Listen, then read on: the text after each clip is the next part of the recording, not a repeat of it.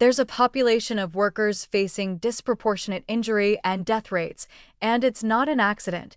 It's the result of systematic exploitation enabled by vulnerability. I'm talking about immigrant workers, particularly those who are undocumented. The injury and fatality statistics are stark.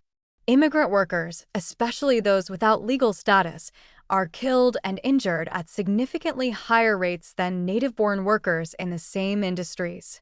This isn't because immigrant workers are less careful or less competent.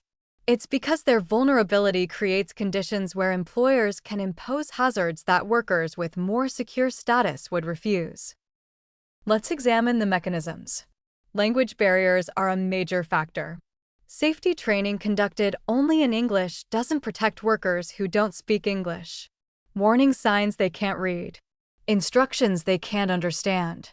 Equipment manuals in a language they can't access. And often, there's no effort to provide multilingual safety materials or training. Personal protective equipment often doesn't fit properly.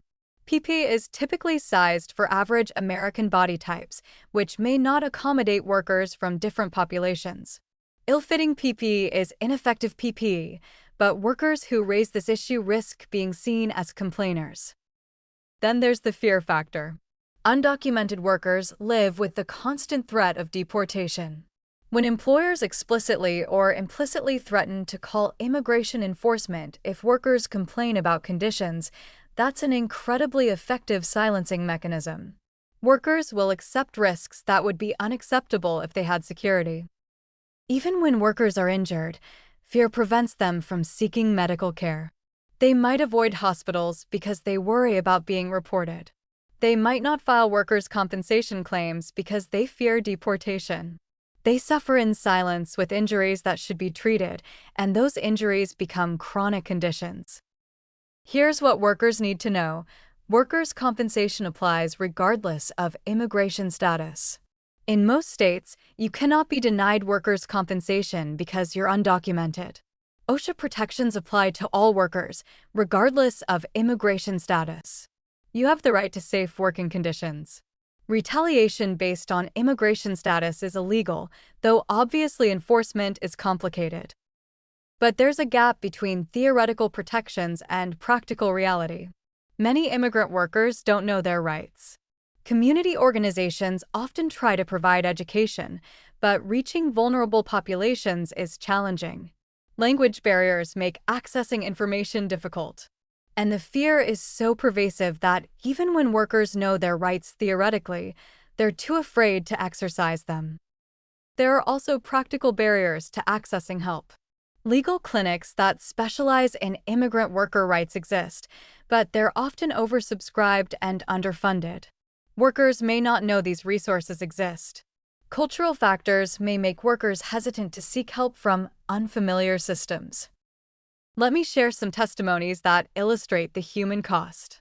Immigrant workers who suffered permanent disability, lost limbs, chronic pain, destroyed backs because they were afraid to complain about unsafe conditions. Workers who continued working injured because they couldn't risk losing their jobs.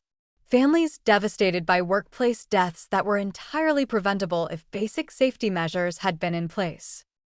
And here's the ethical failure we need to confront as a society. We benefit from immigrant labor. Immigrants work in construction, agriculture, meatpacking, hospitality, healthcare, essential industries that would collapse without their labor. We enjoy the economic benefits of their work, but we deny them basic safety protections that we consider fundamental rights for other workers. Strengthening protections for immigrant workers isn't just about fairness to immigrants. It benefits all workers. When employers can exploit vulnerable workers, it undercuts standards for everyone. When we allow a two-tier system where some workers can be treated as disposable, it degrades protections for all workers. Raising the floor for the most vulnerable raises it for everyone.